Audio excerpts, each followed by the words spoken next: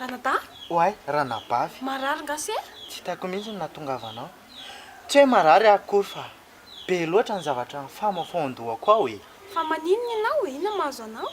Hitanao le zay sy dadatoy Armand tamin'ny faratsio farany tamin'ny herinandro lasa iny. Nanjadiana olana maro be izay mihoatra tamin'iny e. Inona ny olanao Ranata? Ranabavy tantara lava be ny amin'izany. Tantarao! Ndaso ary fa ho tantaraiko aminao any Tsipiriany raha toa ka vonona ny haino anahy ianao. Vonona ianao anao afa tantarao.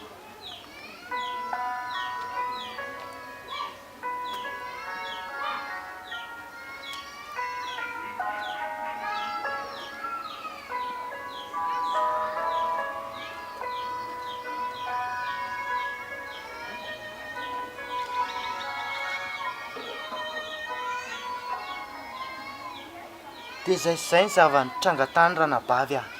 Tena mampalahelo marina izany Ranata.